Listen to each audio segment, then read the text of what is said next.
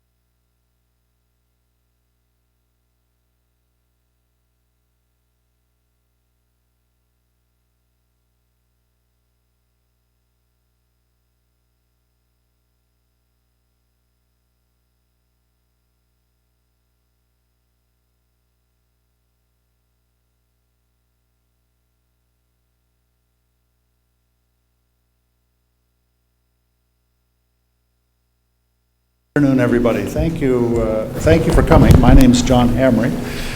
I'm the president here at CSIS, and I'm delighted that all of you would come. I said to the presidents when they were coming in, I'm amazed. I didn't think anybody would come out on a Friday afternoon when it's nice weather in Washington. But here we have a very handsome and important audience that's here to hear it. I think it's because of the tragedy that's unfolding around us in Venezuela, and it's something that grips everyone's heart.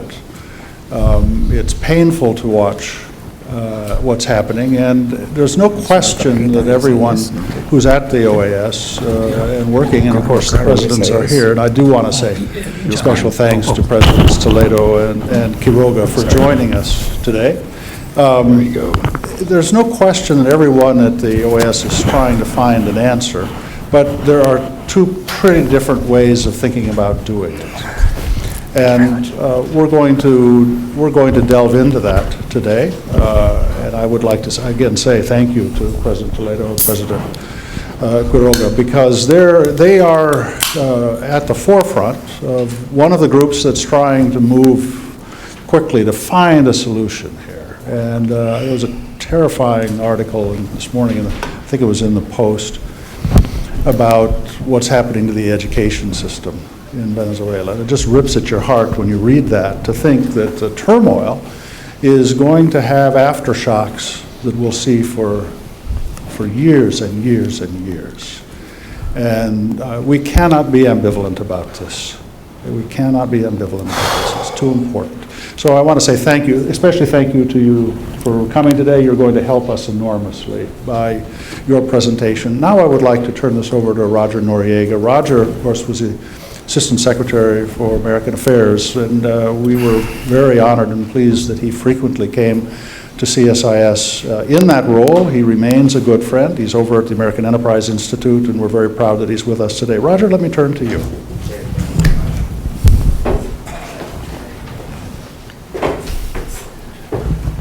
Thank you very much, and good afternoon, ladies and gentlemen. I will be very brief because I know you didn't come out on a Friday afternoon to hear from me. I want to thank Dr. Hamry for the work that his team has done in putting this event together to draw attention to the grave political and humanitarian crisis in this hemisphere. The Center has done great work for many years in Latin America and the Caribbean, and the new team led by my good friend Mike Matera and also Kimberly Breyer will ensure that this organization will remain at the forefront of these discussions in that vital study of the Americas here in Washington.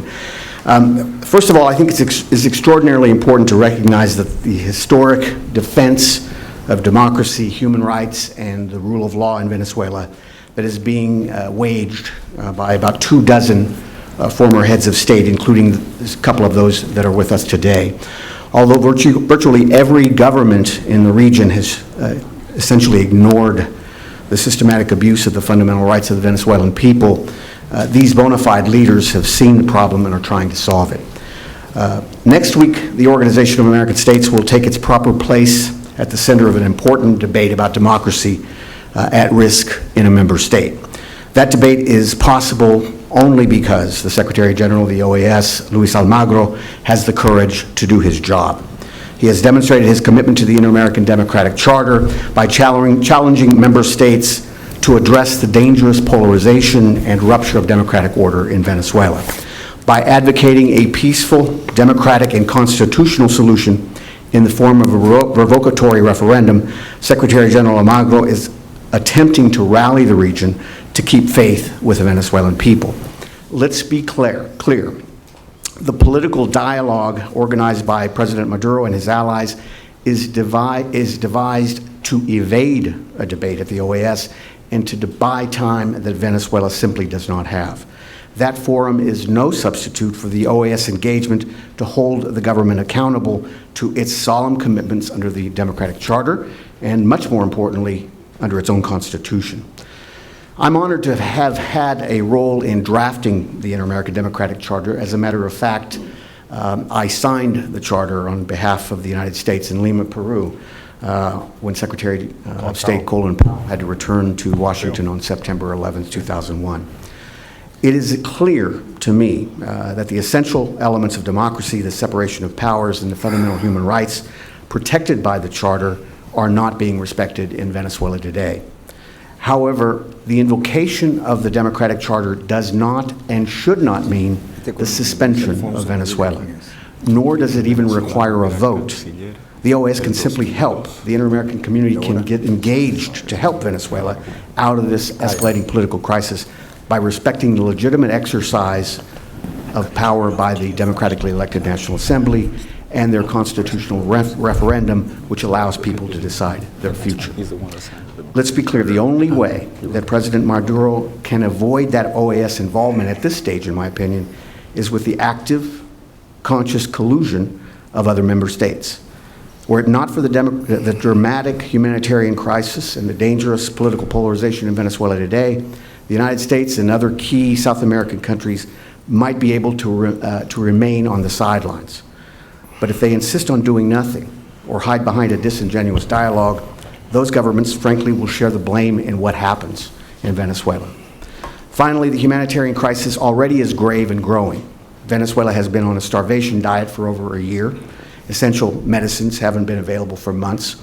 Looting by desperate people struggling for survival is worsening every day and beginning to overwhelm security forces. Key Venezuelan military leaders who are loyal to the Constitution and to the legacy of President Hugo Chavez, for that matter, are loath to use force against hungry brothers and sisters.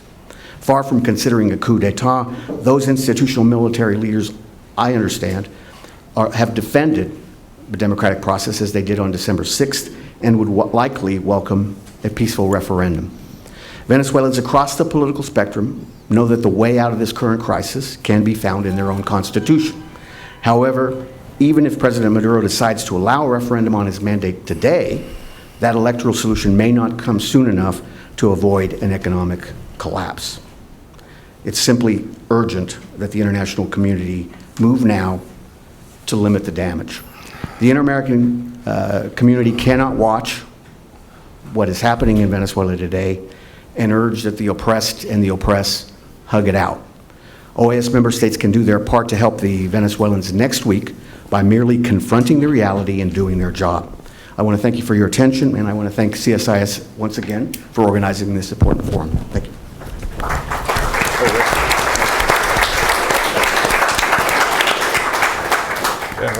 Great. Thank you very much, Roger. Thank you for collaborating with us in organizing this program today on very short notice, but on a very important issue that we're all with very, very high interest in.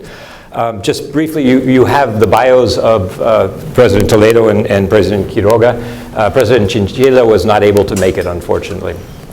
She apologizes for not being able to join us. Very briefly, President Toledo was president of Peru from 2001 until 2006, and has been very active since then in the Club de Madrid and various other activities, consulting. We also know that the president-elect of Peru was your prime minister and a minister of finance for several years during your administration. And if the time permits at the end, we'd love to hear what you have to say about the election in Peru. President Quiroga was vice president in Bolivia between 1997 and 2001, and then took over as president between 2001 and 2002 when President Panzer resigned for health reasons. Both of our guests today have degrees from the United States. President Quiroga was at Texas A&M, studied industrial engineering and has an MBA from St. Edward's University. And President Toledo has a BA from University of San Francisco and a master's and a PhD in education from Stanford University.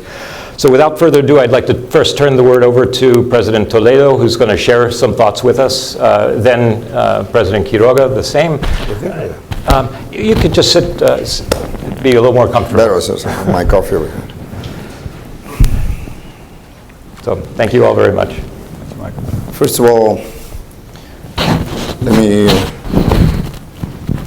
thank you for this privilege to participate at the Center for Strategic and International Studies and to see a lot of close friends of mine.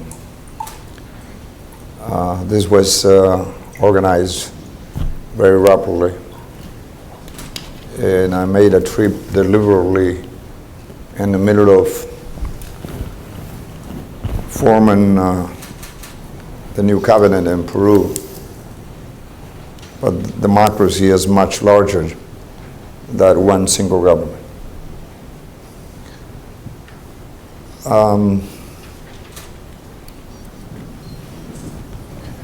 Let me, if you allow me, as they say in Quechua, let me be tactless. I don't want to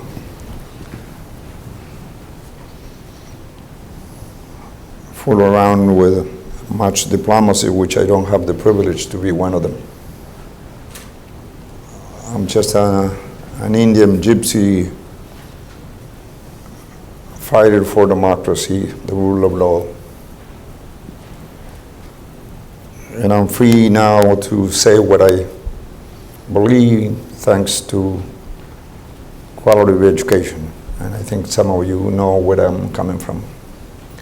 I'm so pleased to see several friends of ours who have helped us in the case of Peru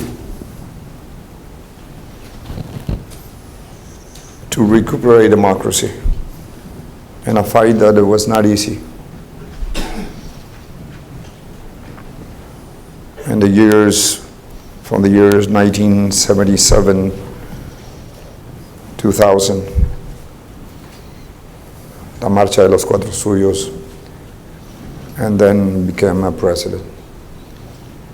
I have the enormous privilege, and I say this with all humility, of being the first South American president from Andean descent who have become democratically elected president of my country. However, as an Indian, they wouldn't let me just go to the presidency. I had to pay my dues. They said, if you are able to bring down Fujimori, then you might have a chance to be a president. So we did. And there are some people such as Roger Noriega, who is a close friend of mine and helped us enormously. And that was independently of what political party they belonged to. John Mason. The reason why we are here today, and I made a deliberate trip to come to have a meeting and support unconditionally the courage of the Secretary General of the OAS, our friend Luis Almagro, about the position that he has taken with respect to Venezuela.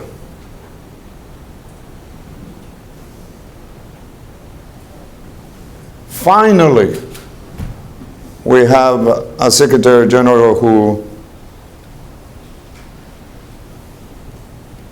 is a Secretary General.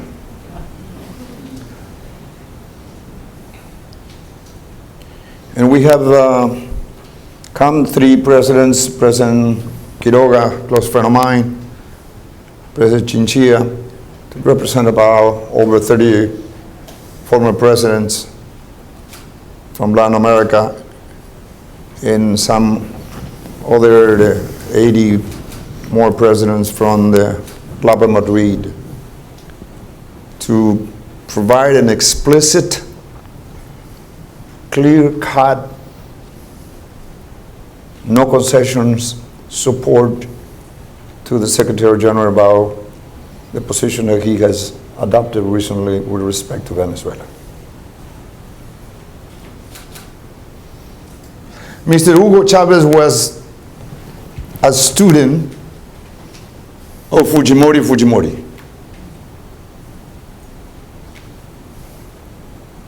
who initiated a new type of authoritarian populist regimes in the region.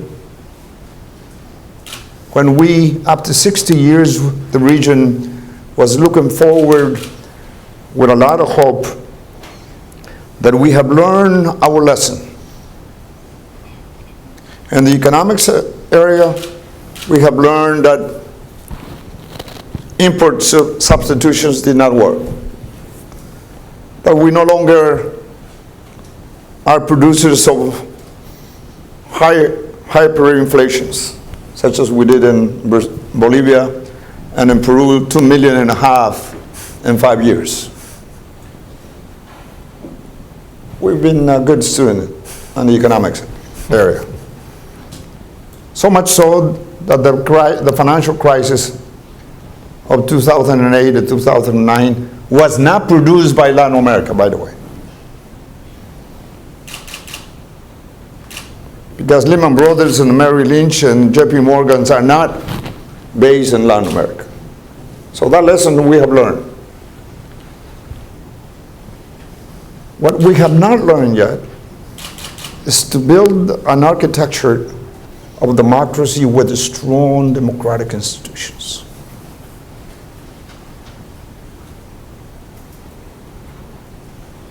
With the rule of law, with social, economic, and legal stability are crucial for the sustained economic growth and a sustainable development.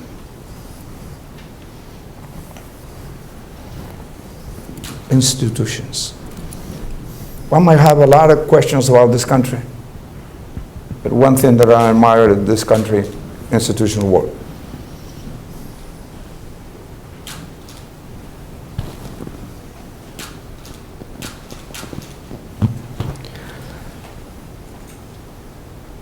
Because of the absence of that institutional architecture in Latin America, democracy is fragile.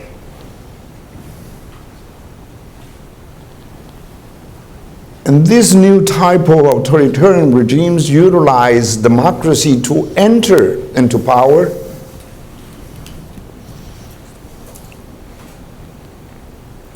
and then capture all the institutions and the countries.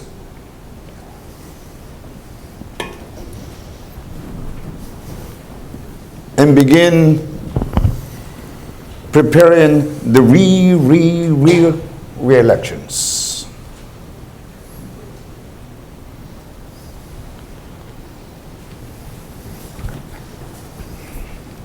I speak with a moral authority of having fight in streets to recuperate democracy in Peru. I didn't do it alone. Many people, indigenous people from the Amazon, middle class, and the support of some friends outside Peru, and now in retrospect, of course, it's always easy to forecast the past. Now I know, my friends from Venezuela and those who are supporting Venezuela, the combination of internal mobilizations, a democratic coalition of those who are Democrats, who believe in democracy that can deliver concrete and tangible results.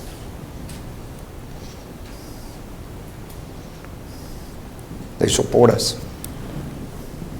But the combination of mobilizing internally, democratic coalition, and the people who were excluded, that combined with the international support and the lights of the international press created an incredible synergy that I did not plan it as such. Now I see it in retrospect. And this is what I have been trying for 16 years to transmit to my friends who are trying to defend democracy in Venezuela. We had good friends, but the synergy of the international press. And then we did not have yet all the cybernetics that we can be more effective now. People will fight on the streets. We swallow a lot of gas. Intelligence service took all the institutions, and I mean the press, the judicial system, the Congress, the National Electoral Board, the Constitutional Tribune, the Armed Forces, the church.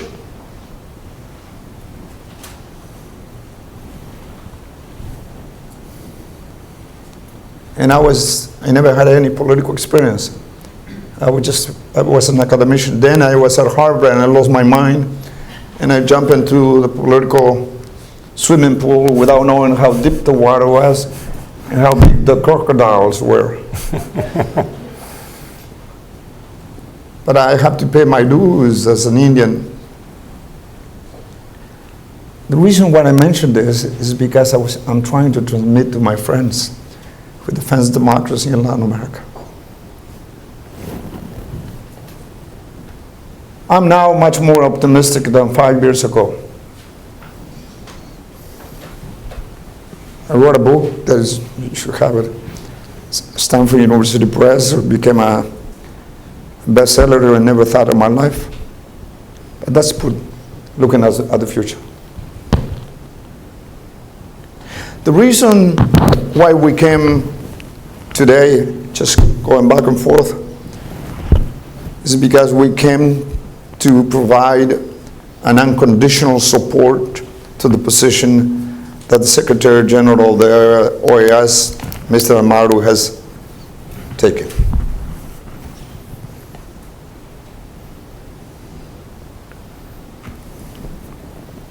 More than 30 presidents have signed the letter that we have given him this morning at 11 o'clock. And I'm an Indian fighter for democracy. But to fight for democracy, you don't have to be only an Indian.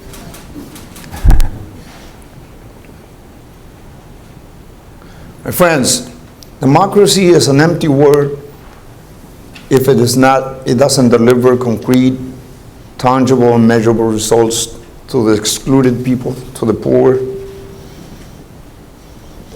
men and women.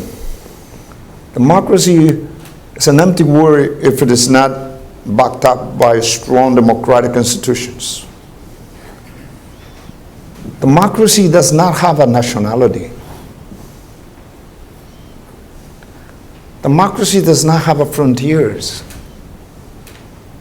No matter how thick you want to build the walls around your country. I'm talking about Latin America, by the way.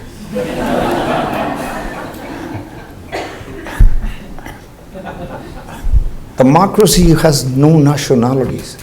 Just as much freedom of the press cannot be silenced by putting people in jail. Human rights does not have a skin color.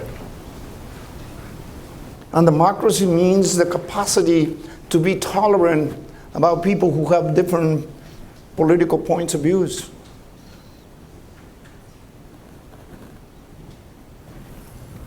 Where people cannot be in jail because you have a different points of views.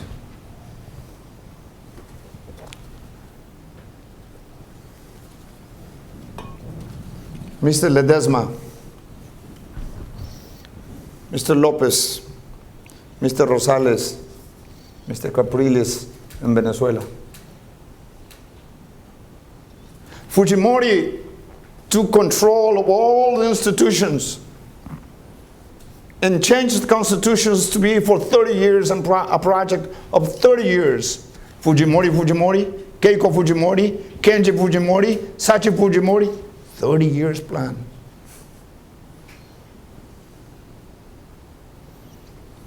Now there are some outliers in Latin American democracies, going from Venezuela, Nicaragua, Ecuador, Bolivia. Thank God Argentina is escaping out of it, I hope. I have received the wives of the people who are in prison in my home in Peru.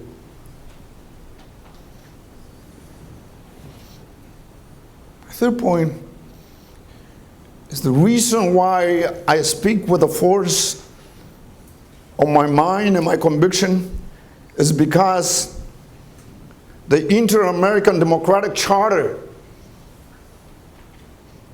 was written and was signed in Peru.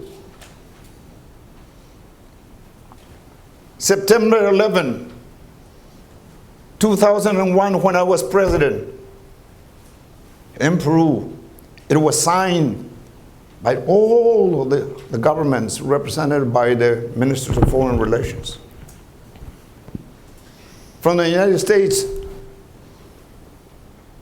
I remember having breakfast the day, hours before we signed the Inter-American Democratic Charter with the former Secretary of State, Colin Powell, at 8:20 in the morning, when September 11 coincided with another tragic incident over here. Mr. Powell has written a book, The Soldier. And we signed all of them, all the countries. And that Inter-American Democratic Charter is the constitution of the big country. It's called Latin America and the Americans. That's the Constitution. And we need to respect the Constitution. And it was signed by Venezuela.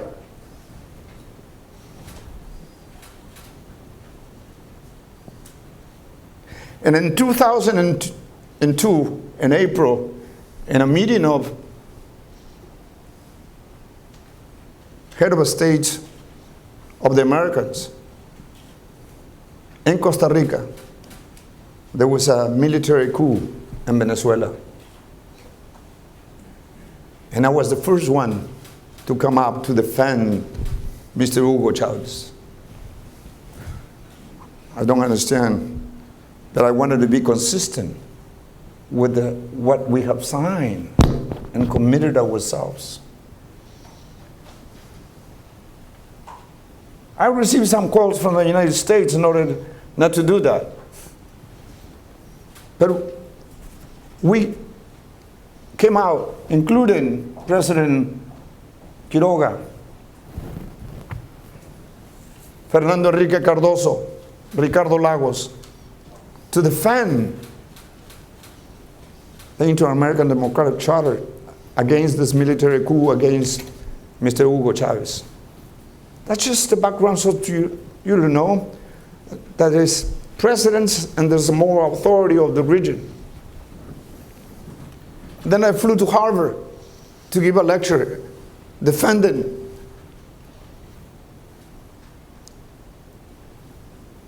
I had to fire one of my ministers of foreign relations because of discrepancy on this issue. What is my point? It has come at a time that it could not only be conveniently apply this constitution of the hemisphere. And now you can commit all the violations. And so people who believe in democracy receive an insults from Mr. Maduro.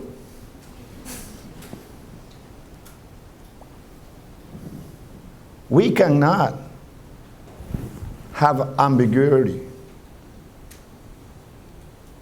And I'm proud to hear that in Dominican Republic, a few days ago, Secretary of State Kerry has adopted a strong position, I heard.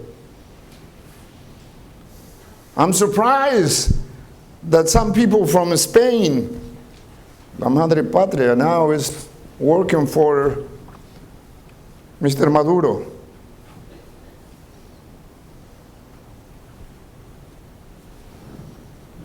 I'm not surprised they are buying the political will of some countries in CARICOM and the Caribbeans.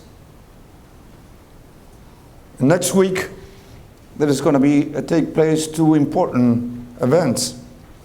One, they put it sort of a censorship to Mr. Almagro's position.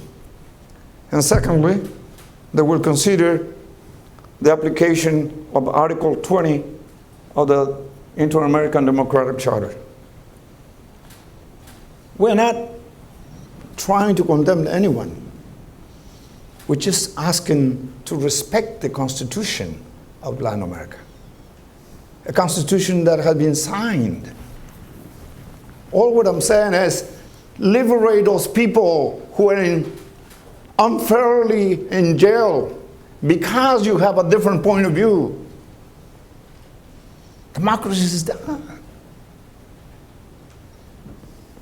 I will never change in my life.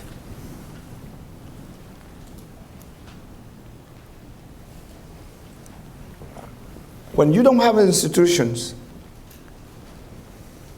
that are accountable, then you are getting into a deep trouble of corruption,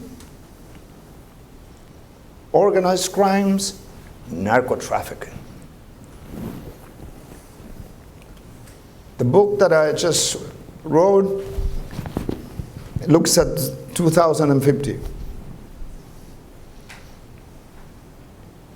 And our children and the children of our children will confront dramatically different challenges than ones that we are confronting now. Today the wars are about oil, of religion and fanatism. 35 years from now, when you still will be alive, our children will confront a dramatically different challenges.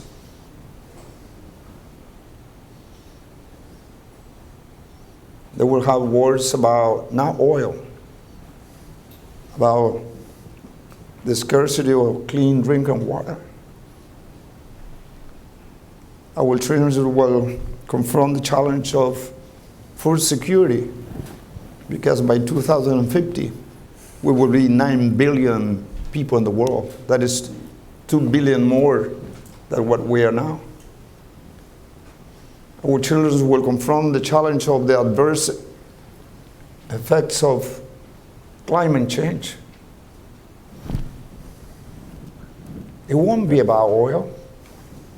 So the countries who now produce oil will have to drink that oil, because the price of oil has dropped and technology already has developed. Automobiles, Stanford and Silicon Valley has produced a car that requires no driver because it has 1.5 less possibilities to have an accident. And also it doesn't function with oil or electricity, it's with solar panels. So we need to make decisions today in the world. We have to have a sense of vision, a sense of direction for the world. The world needs today more leadership and less politics. But if we have these outliers in Latin America, such as Venezuela and the other countries I mentioned, it is very difficult to make decisions to leave to a planet that is livable for the next generations.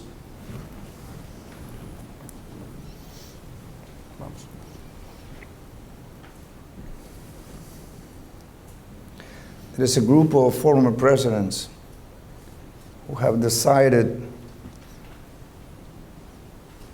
to take into our minds and our hearts that Latin America and this continent belongs to all of us.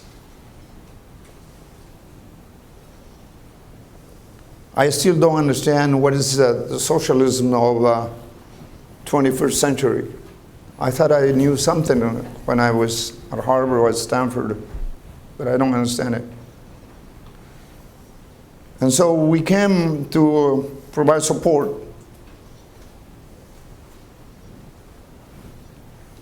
to miss the position of Mr. Almagro. It's a courageous one. Finally,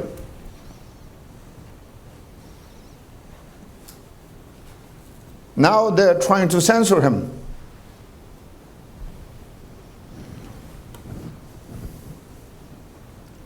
I have two condecorations in my fight for democracy. I have the privilege to have been declared persona non grata in Venezuela because they have invited me to give a speech about freedom of the press. What the hell do you want me to say?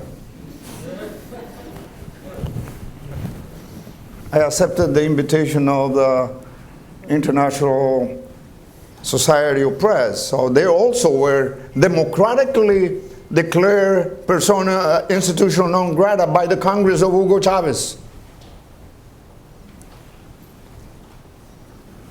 Now the condecorations in Burma about the lady who was had a home arrest for 12 years. So my point is, please, we need from the United States the youth. Had not been by the youth, I would have never been successful in bringing down a corrupt, authoritarian regime of Fujimori. Had it not been from the support of people in the United States and Latin America and in Europe, had it not been for that synergy between mobilization and the press. So I want to conclude by saying that I hope the United States will not change its position. I hope that what Secretary of State has said and Dominican Republican will be implemented by his representative. I'm really concerned about three people who now belongs to ALBA. I never thought that Mr. Zapatero was from Latin America to belong to ALBA. I respect the positions of my friend Leonel Rodriguez, but I don't know what happened. I can understand that he needs gas and electricity. I don't understand about my friend Martin Torrijos. I don't understand about my friend Samper. But let me conclude by saying the days of Mr. Maduro and powers are counted, because not only there is a more international and regional awareness about what's happening, but also the combination of the deep economic crisis that the country is going through. And we need, if we are concerned about human rights, there are people who are in jail just because they have a different point of views. There are children who are being killed and burned in the streets. President Quiroga has gone to Venezuela with President Chinchilla. He was fortunate on not being declared persona non grata. Oh, 3 times. But we need to be concerned about what the impact on the rest of the region has, this accelerated crisis in Venezuela. We need to have a dialogue, yes. But a dialogue with content, with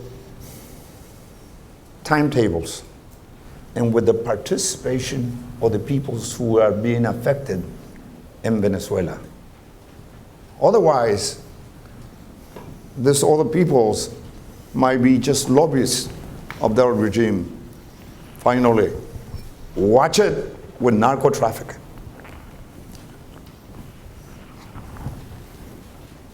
The militaries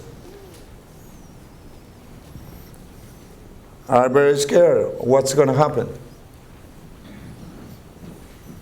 If we don't have strong democratic institutions, then narco-trafficking could penetrate the most intimate fibers of our societies. And if we are really true Democrat, believe in democracy, then we cannot be a complacent observers at the stadium. And I conclude.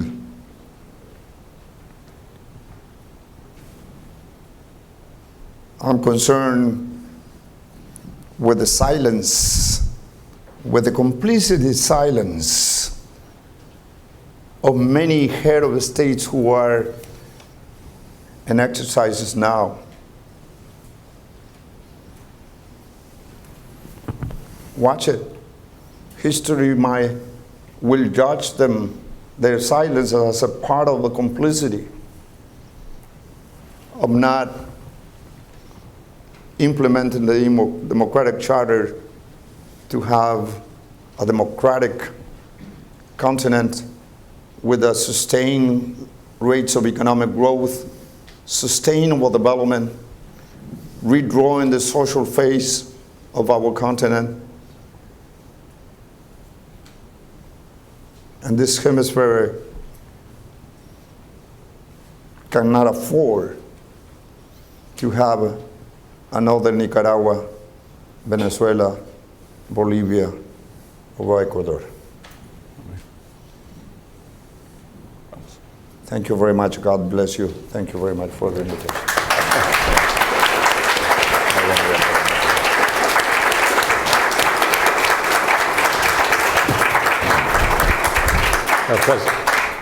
President Toledo, thank you very much for those profound thoughts on the meaning of democracy, the importance of defending democracy. You know, that was really clearly heartfelt, and I think all of us very much appreciated your comments. President Quiroga, the floor is yours. Thank you, Michael. Thank you, Roger. Thank you, friends, for being here. And yes, we were surprised with on a beautiful Friday afternoon in DC, so many of you here. Maybe you were mistaken and we were thinking that the Peru-Colombia Copa Centenario game was going to be on the screen here. He was a good soccer player, but not that good. And I'm certainly not James Rodriguez. I was extraordinary. I played professional soccer, not because I was great. The Americans then were lousy. Now they have a World Cup. Team, yeah. Made a lot of progress. Yeah. And well, no, in Bolivia, we believe in integration so much that we thought, you know, Panama, first time they're coming to play soccer with us, let them have it, so we let them win. Messi's getting up in age. He's got to win now. If it's not now, when's he going to do it? So we let him have it. And then, of course, Chile, they helped us because they took it away from us in 8 minutes into overtime with a stolen penalty kick. So we have another matter that we can dispute with Chile now. Not only the sea code, the river. So we're piling on this stuff. Venezuela. The next week is going to be extremely important. We always think that event X or event Y coming up is always the critical one, the game-changing one, but you cannot overemphasize the importance of the confluence of events that will happen next week. We will see if a process that is guaranteed by the Constitution in Venezuela to be able to revoke the president through a vote, people have signed, and if they can validate those signatures, that takes place in Venezuela next week between the 20th and 24th. I'd like to remind you that we were in Panama the first time, I think third time we made a statement at the America Summit last year, and I clearly recall Mr. Maduro showing up with a stack yay high of 10 million signatures that he had collected in 3 days against Obama and some decree that he did not like. 10 million signatures in 3 days, and here we are. We've been at it for a month and a half for 190,000, and the opposition has 10 times that, and we still haven't validated. Next week, we'll see if they do or not. Monday 20th, Juan Carlos Gutierrez goes in, Leopoldo Lopez's lawyer, goes in for the appeal. of a judicial lynching that he was subjected to. Supposedly there's independent judiciary. We shall see. That happens next week. And then next week we have, for the first time ever, the Permanent Council of the OAS has been convened by the Secretary General. First time a discussion will take place on a president subverting democracy from within. Not a coup, not Celaya, not somebody in the pajamas. A president using the power of the executive to wipe out democracy in a country. And of course, they put another session 2 days before. It's kind of a peculiar session. I never thought the OAS would convene a group of people that work for UNASUR. That would be like, I don't know, Real Madrid hosting Messi and Barcelona to play a game. And also peculiar UNASUR, not the three good guys, none of them are South American. And by the way, UNASUR has never convened with foreign ministers to discuss if they should do this. This is more of a personal initiative, but if it helps, so be it. So next week we'll be critical in those regards. Let me, before I point out the challenges for the international community, for the U.S. and the government of Venezuela, just briefly describe what the report is, will go down in history. Believe me, that when the history of Latin America gets written, there'll be a lot of presidents who are former presidents, including the one currently in power in Venezuela. I don't know where he will be then later, maybe Tehran, Havana, that may not be available, Pyongyang, I don't know.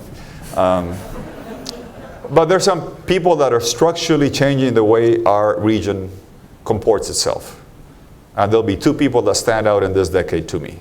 Sergio Moro, who's structurally changing Brazil. Brazil will never again be the same, because this guy is cleaning out a systemic issue from wealthy businessmen, industrialists, congressmen, senators, ministers, former presidents.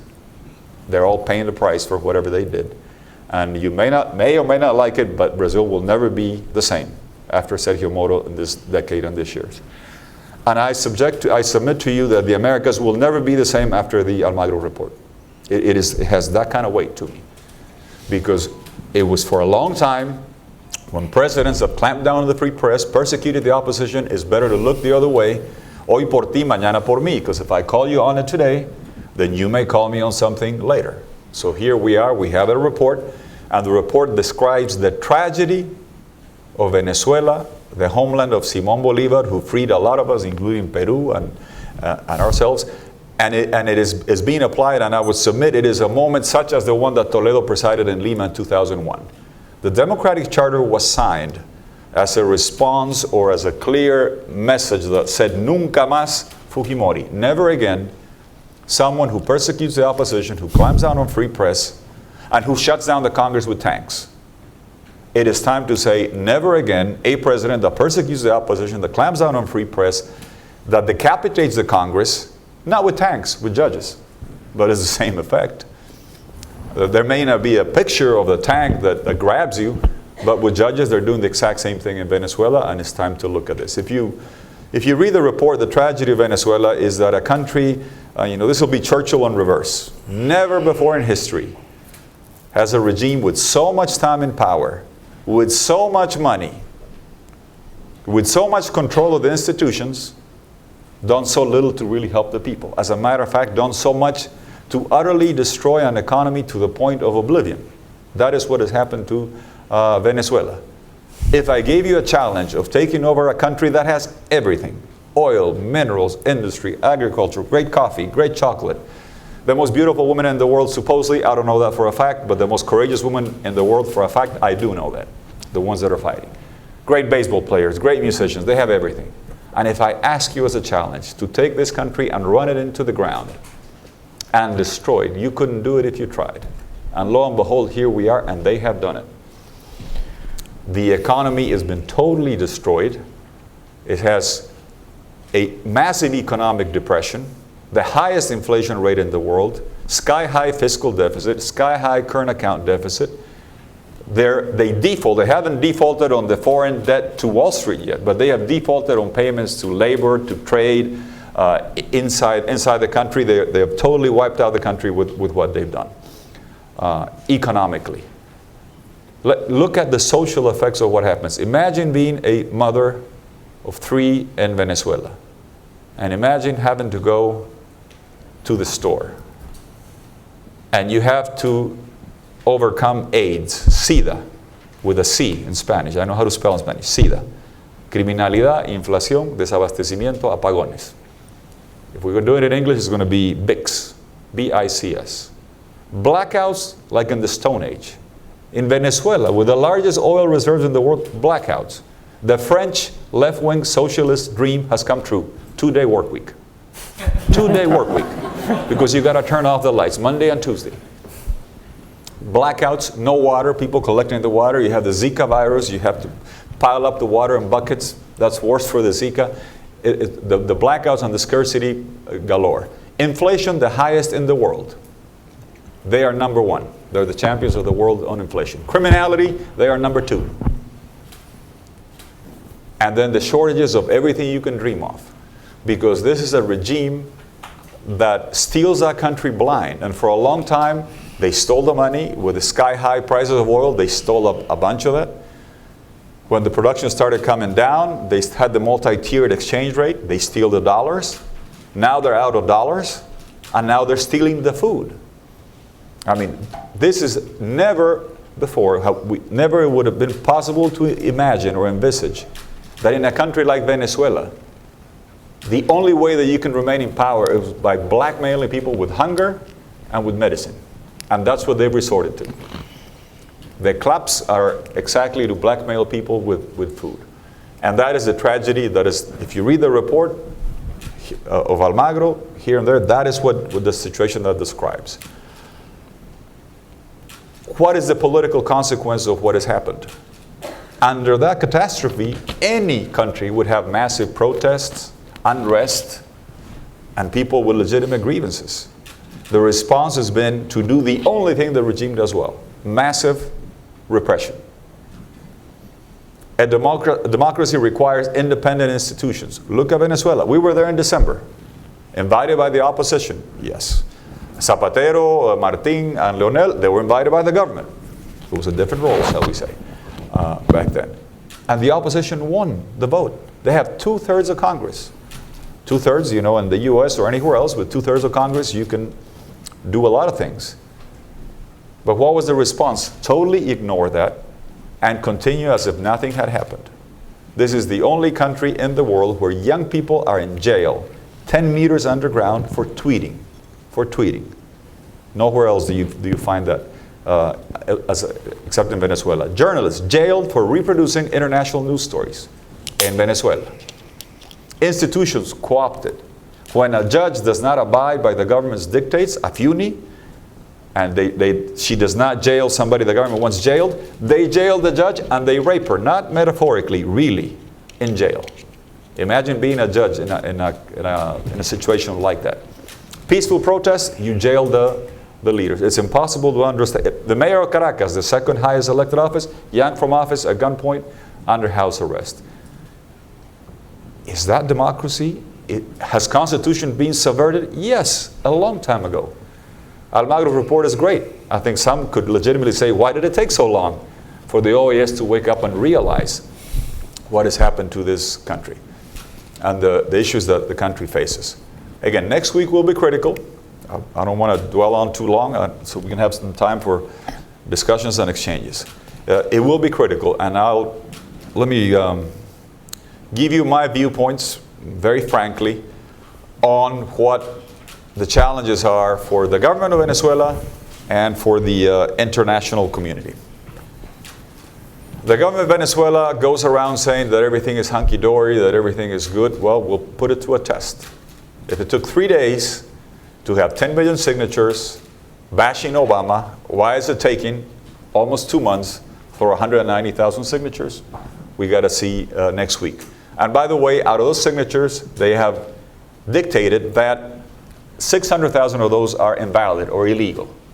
And I'm not making this up. I was in Venezuela when they started signing the revocation. I was in the car with Leopoldo Lopez's wife, Lilian Tintori, and Antonieta. I have the pictures on my cell phone. They signed it, I saw it. I took the picture. And then they said their signatures were not valid, because that's how much they rigged the game. It is clear what the intent is. If there is an open vote, or even with fraud, the government crashes. The government is gone because the people want him out. why they voted for a new Congress and the government of Maduro, excuse my French, castrated the Congress. Any parliament anywhere in the world can legislate. They can do oversight. They can appropriate resources. They can designate judges, military, whatever. Those are the basic functions of a Congress. The Congress of Venezuela that is run by the opposition cannot legislate, cannot call a minister to account or do oversight, cannot appropriate resources. All that is done with executive decrees under the guise of emergency, cannot designate anyone. If the Congress of Venezuela was today to approve a law of 2 articles, Article 1, the law of gravity applies in Venezuela. Article 2, the sun rises in the east. The government's judges will say, no, they will strike it down.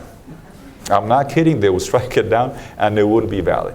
So if you have that situation, that humanitarian catastrophe, the opposition that has the Congress that has basically been nullified, then what other recourse is there? The Constitution says to revoke. They have the signatures, they can revoke the mandate. Now the government next week, if they say that, then they ought to let the signatures be validated, and we got to see about the appeal on Leopoldo Lopez on the 20th. Juan Carlos Gutierrez says it takes 2 days. I told him don't talk for so long. You know, let us talk for a long time. Make it brief, and let's see if they ratify the lynching. I would submit to you, if they condemn Leopoldo again, the hemisphere has to stand up and condemn the regime. If they do not do that, they'll be complicit in everything that has been happening.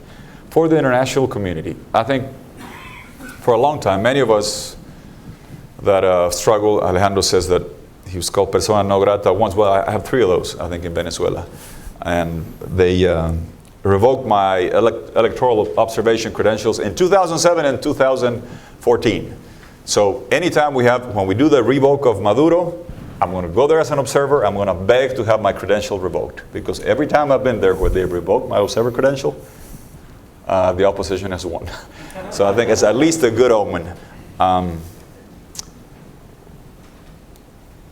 The international community has to understand, I think that it is truly now or never. There is never going to be a situation that is so blatantly against the principles of democracy and violation of human rights as it is starkly the case today in Venezuela. You will never find a case like that. And if you don't stand up now, you're never going to stand up. And then, why do we even sign these documents? Why do we even do that? We have a Secretary General who's very courageous, who stood up, who put the report, and he's betting his job and everything else, his prestige, and he's put it on the line. It is what we had been begging for a long, long time. A Secretary General that wouldn't have una actitud insulsa, but rather would come and stand up for it and do it. And now we have it with a report. I will tell you the problem that I see on 2 issues on the international side that I know it's open, that's okay. They can't take my visa away or kick me out from Argentina. 2 things that are concerned to me. The Caribbean Triangle is in play. The dominating issues in the hemisphere are the opening of Cuba with the US, peace in Colombia, and democracy in Venezuela. I'm sorry to say that the first 2 have taken precedence over the third one. Obama's legacy, and I'm all for it, is the opening to Cuba. They want to lift the embargo, more power to it, lift the economic embargo from without, but lift the democratic embargo from within. In Cuba, he has his picture in the Malecón. It's a good opening. Let it continue to unfold. Peace in Colombia, I have my doubts. I have friends that have doubts, but everybody generally would like to see peace in Colombia happen. The third cog of this triangle is Venezuela. And Venezuela is absolutely necessary to sustain the other 2. Because Cuba has never been able, with the Castros, to survive without a sugar daddy or a godfather that would give him, in today's money, $6-7 billion. It was the Soviets for a long time, then the sugar daddy was Chavez, and in the meantime, or between those 2, it was a special period where there was hunger, there was difficulty, and there were tough times. So structurally and strategically, you need, before the US opening to Cuba works and has economic results, the barrels from Venezuela have to keep on flowing. And the opening to Cuba takes precedence over democracy in Venezuela so long as the barrels flow. When it comes to Colombia, who hosts the ELN, the FARC, Venezuela. How does Timoshenko fly to the Havana meetings, the head of the FARC? In a PDVSA plane. And so the cocaine goes that way, the guns are being stashed away from Colombia to Venezuela. It is necessary to have it. But to think that you could have sustainable, true, deliverable peace in Colombia, or the opening in Cuba, wait, and that Venezuela is going to stay steady with Maduro beating up people, jailing opponents, clamping down on the free press, it is lunacy. It will not hold. The only way you can have sustainable peace in Colombia and opening to Cuba is standing up for democracy in Venezuela. And now there is a report, and the time is now to be able to look at that. And I hope the U.S. takes that into account. I've seen that they're going to start talking. Good. Talk about that. But I think it is very short-sighted to think, well, why don't we just hold up? Maduro doesn't want the revocatorio this year. Let's just kind of hang in there. Obama's gone in January, and let's see if Maduro can make it to January. Venezuela cannot make it to January. And as a matter of fact, if I was totally off my mind and I was advising Trump in a campaign, I think one of the issues in the campaign come September will be who lost Venezuela. And they're going to call Hillary on that. If you want to think, now, that would be very sad, because Trump promises to do to us Latins what Maduro's already done to Colombians. Mark houses, deport neighbors, blame somebody else, and be against free trade. You know, that's it'd be sad that somebody can benefit politically from a situation such as that. I'll close, Michael, with the following. Sometimes there's coincidences that are worth noting. When Almagro, who many of us were skeptical, he's kind of quiet. He doesn't come in beating you up, but he's going all in for democracy and human rights and freedom, and he put it down in the report. When he got sworn in, he said, "Más derechos para más personas." That was the title of his speech, I believe. More rights for more people. At the time, he had no idea. Maybe he'd known that Leopoldo Lopez was in Ramo Verde, but he had no idea that a video would shortly surface of the famous video Leopoldo Lopez. You can look it up on YouTube when he, like Tarzan, climbs up and gets on the bars. And because these kids are tough, he starts clanking. And Ceballos, if you hear the voice of Ceballos, his buddy, the mayor of San Cristobal, yelling. And they're really courageous kids because they're mocking their jailers. They go, the riot is not here. There's a riot. The riot is not here. The riot is in the stores where there's no food. The riots are in the pharmacies where there's no medicine. Send me the video. And they're yelling at the soil. I mean, these kids won't give up. And they're clanking and they're doing a cacerolazo kind of against the jail bars. And he starts yelling, todos los derechos para todas las personas. It's almost a quote of the phrase that Almagro used. More rights for more people, Almagro being sworn in, Leopoldo, todos los derechos para todas las personas. All the rights for all people. It's almost like it was synchronicity, and they had no idea that the other one was going to say that, because it took a while for the video to come out. And at the end, Ceballos yells to Leopoldo Lopez, we got to keep at it because we're on the right side of history. And Leopoldo goes, yeah, we're on the right side of history. The people that are fighting for democracy, human rights, and liberty in Venezuela are on the right side of history. Luis Almagro is on the right side of history. Next Thursday, we're going to find out if the Americas and the OAS are on the right side of history. I hope they are.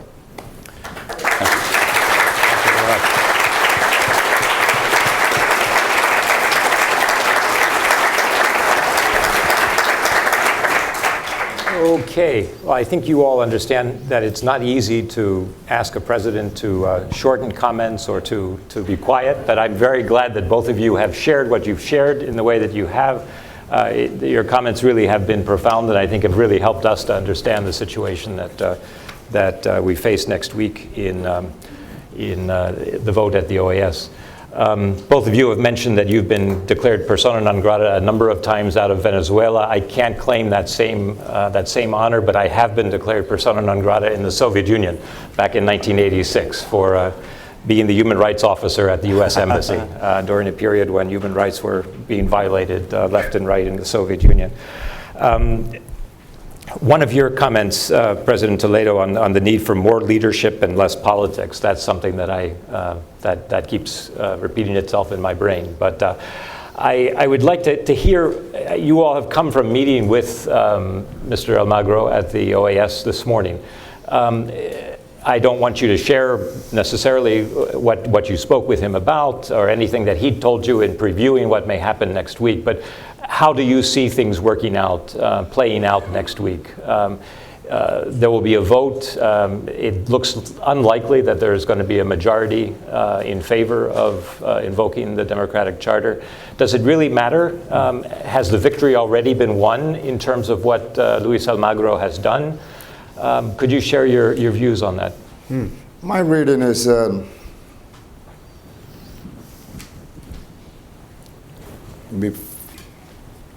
this game has started many years ago, over 16 years. But now the referee is a different person.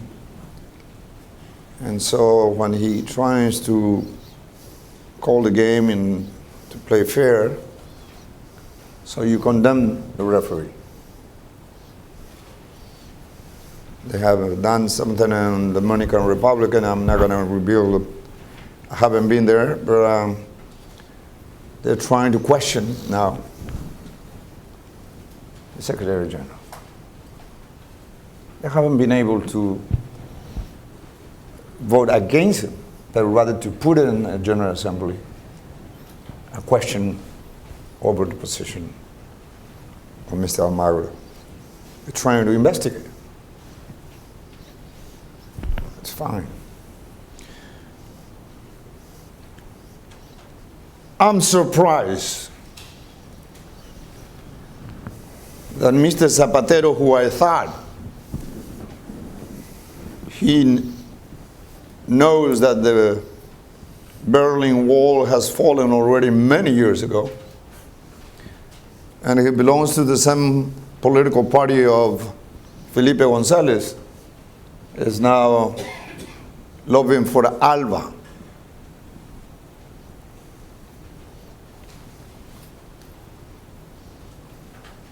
I can understand, although I disagree completely with my friend Leonel Fernandez, because he receives electricity and cheap oil. International socialist game that Martin from Panama, Torrijos. Martin Torrijos, I don't understand. But I think that, answer your question, they're going to try to buy time by saying, let's go into a dialogue in order to prevent the implementation of Article 20 of the Inter-American Charter.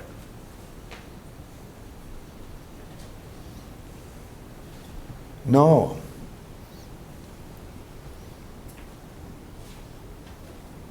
If he buys time and he's going to try to undermine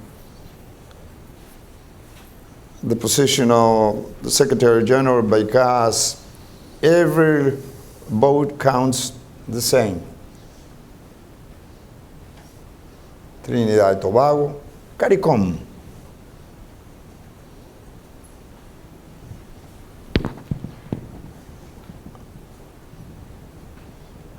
What we have shared with the Secretary General, this is what we can say because it's public and the report is presented.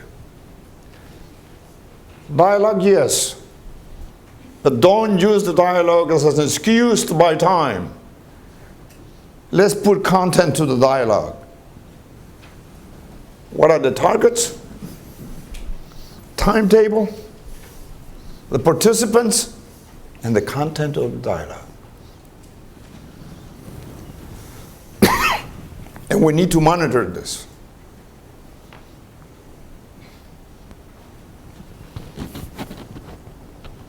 I know Tom Shannon for many years, and I have a great respect. But I hope he implements what the Secretary General have said. the Secretary of State from the United States. But knowing what I know about Mr. Maduro, he's going to use everything to buy time. And is going to do everything to undermine the credibility of the Secretary General of the OAS. Just as they did with me in Peru. They put a bomb in a bank, a national bank, and there were 6 people inside. Exploded, it killed. Toledo is the guilty one who killed 6 people, therefore he has a perpetual chain. No. They have been a good students of Fujimori.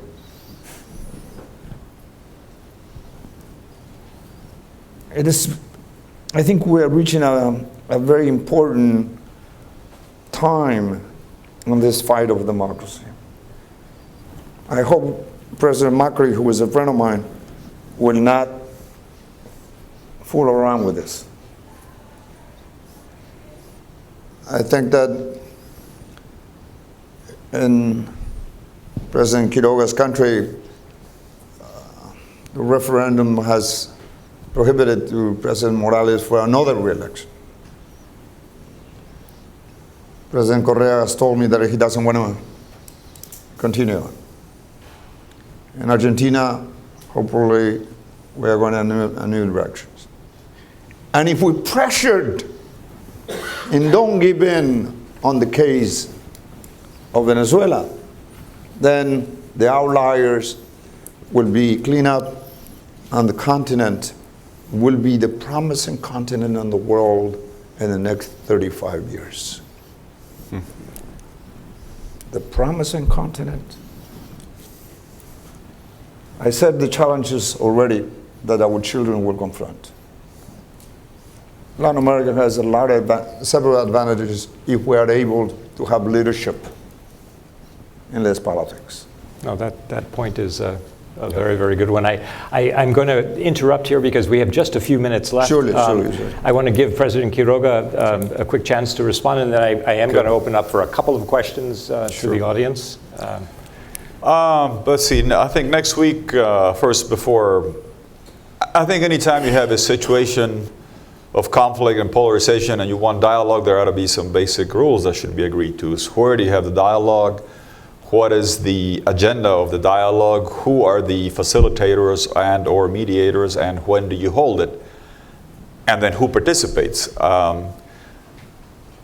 If you say we're going to do the dialogue in the Dominican Republic right before Almagro issues the report, and the government is going to decide who are the 3 presidents that supposedly facilitated, and they're going to also say, by the way, you cannot participate. They vetoed the participation of Leopoldo Lopez's number 2 man, Carlos Vecchio, because he is a criminal.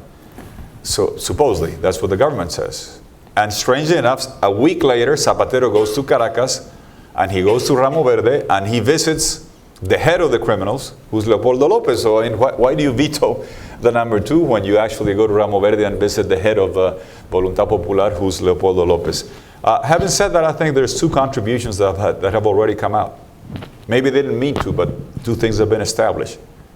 All this talk about from the regime that Leopoldo's a criminal, no, he's a political prisoner. Because on a Saturday with Jorge Rodriguez, their mayor of Caracas, not Ledesma, who's been jailed, but the government's mayor of Caracas, they went to Ramo Verde and they did what many of us have tried unsuccessfully, to go visit someone who's been jailed. If he was a rapist, a drug dealer, and a pedophile, we could visit him in jail. But he's a prisoner of the regime and we cannot visit him. Well, Zapatero did, so he is a political prisoner. And I, for one, at least will thank, yes, I understand, Dominican Republic, I said, can they be neutral? I said, let's see, if Venezuela gives me oil at half price, and the half that I was supposed to pay is over $4 billion, and I prepay that with $1.9 billion, paying a loan at 50 cents on the dollar or less from Venezuela, when Venezuela has no money for food or medicine, that's somewhat ethically questionable. But if you do that, are you going to be truly neutral? when you get this kind of largesse from someone that helps you that much, and when your party's in power, like Leonel Fernandez, and when your wife, which is fine, is the vice president of that government. I have a hard time believing that you're going to be totally objective and neutral. And by the way, I would never pretend to be objective or neutral, because I believe in what MLK and Desmond Tutu say, in a situation of injustice, if you're neutral, you're taking the side of the oppressor. They made that contribution. I think the important thing is there'll be a discussion, there'll be a report. What will the language come out, Michael? I think the language has to say, yes, there has been an alteration of the constitutional order. You can couch it whichever way you want it. And then, by the way, you don't kick out Venezuela. Interponer buenos oficios, yeah. Then it would be ideal to say, let's have a dialogue, agreed with two mediators, with an agenda, with a humanitarian channel, but not because it's out of the good volunteer work of 2 or 3 people that probably mean to do well, but rather because the OAS mandates in a resolution that the Constitution has been altered and messed with in Venezuela, which has greatly been done so. And then you can have the dialogue. I'll close with these 2 things. They ask me, diálogo para dilación? No thanks. To be able to kill time, because the government in essence is trying to do that. You got to understand. This is like a soccer game where you're happy with the results. There's 10 minutes left. You start rolling on the floor. You kick the ball out into the stadium and you go, bring me the doctor, because you're trying to kill time. I can understand Maduro doing that, because he has to get to the point where they don't do the revoke vote this year. So he has to kill time, like the soccer players, till January. What I have never seen is the referees rolling around and killing time so that one of the teams can win, or the FIFA hierarchy in the stand saying, kick the ball out, I'll keep the ball. So if the referees, the electoral system, court in Venezuela, they're aiding and abetting the killing of time. When again, they got 10 million signatures in 3 days against Obama. That was very efficient. So the referees are killing time. And then the international community, the arbiters, the referees, it's not being a FIFA, dirigente de FIFA today it's kind of like being an Enron executive a long time ago. But those guys, you cannot help and aid that. The OAS cannot help a stalling strategy. That is the main point of what should be done. And if they want diálogo, I would say diálogo sí, pero así. ¿Cómo así? Revocatorio, it's in the Constitution. You have to do it. Free the prisoners. Open the humanitarian channel. And respect the prerogatives of the Congress. 4 little things. You're not asking for a coup. You're not asking for Maduro. It's just 4 things that are mandated by the Constitution and international treaties where we're supposed to abide by the respect of human rights and democracy. Diálogo sí, pero así. Revocatorio, free the prisoners, respect the Congress, and have the poor people be able to have a humanitarian channel where a country that is too proud because they have so much oil and their people are starving and they're dying and there's no medicine and there's no food and many people want to help and they will not. As a matter of fact, when the Congress said, I want to get some food and medicine, they said, oops, they're usurping the prerogatives of the foreign ministry. So let the people starve so long as I can clamp down on the Congress. And the last point, Michael, that is somewhat important, and I hope Hector doesn't get upset as an Argentinian. We were somewhat disappointed that Mauricio Macri in the campaign, good friend, he said, I will invoke the democratic charter of Mercosur until they free the prisoners and what have you. He appointed a foreign minister. I don't really know her. I understand she was a good UN, she worked at the UN. You may have probably met her. And she wants to be Secretary General of the UN. That's all right. That's good. I have no complaint. I have difficulty seeing how when your CV says not Russia or Stanford, smart guy, I just went to A&M, but Stanford president, when your CV says foreign minister for 3.5 months or whatever it is, 5 months, that qualifies you to be Secretary General of the UN because you were working at the UN. I guess to me that would be like if Messi gets injured, instead of getting Ronaldo, the doctor or somebody that would say, hey, I can play. No, it's a different role. To me, at least it is. But notwithstanding that I would think if we're going to run a Latin American woman, and we have plenty, there's Alicia Bárcena, Figueres, boy, I have plenty. I got Laura Chinchilla. I got a long list if you want some candidates. But anyway, but she's going for that. But what I cannot understand is how can you run for the highest multilateral job in the world by disowning what multilateral institutions are supposed to stand for by saying the Democratic Charter is inopportune to apply. If the OAS Democratic Charter does not apply, why in the heck do you want to run for the UN with the civil rights, human rights, and all those agreements and treaties? And by the way, the UN twice, the Committee Against Arbitrary Detention and the Human Rights High Commissioner have specifically said you got to free the prisoners. So I'm running to be Secretary General of the UN, and I say, "Oops, let's not so." As you're going to fire those people? I mean, there is a counterintuitive thing there, and I think that is, quite frankly, taking a little bit of the steam from Almagro. And I can understand realpolitik. You know, okay, you said you're going to do that. Reality says you can't really help. But what is hard to digest is to see that Argentina calls the meetings that try to intercept the work that Almagro is doing, which I find somewhat galling, quite frankly, when they do it. And the reality is, if somebody was to tell me, well, this lady, the foreign minister, Malcorra, will get the UN Secretary General, I said, well, all right. But on the back of Venezuelan democracy, disowning and disrespecting the value of multilateral institutions, I don't know. And is the world and Brazil and Mexico going to be happy that Argentina has the Vatican, Messi, and the UN? I have my doubts. And by the way, the only Argentinian that I know that can dribble the entire British team by himself with no help is Maradona. The UK veto at the UN, Ms. Malcorra does not look like Maradona to me, but we'll see.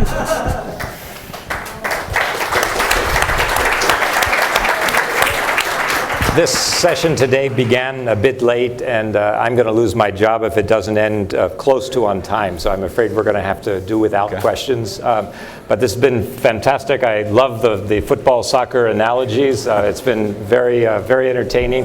But also, no, your thoughts have been quite profound, quite thought-provoking for us. And we thank you very much for joining us today. We thank you all for your efforts over these. Thank you, Michael. Thank you so much.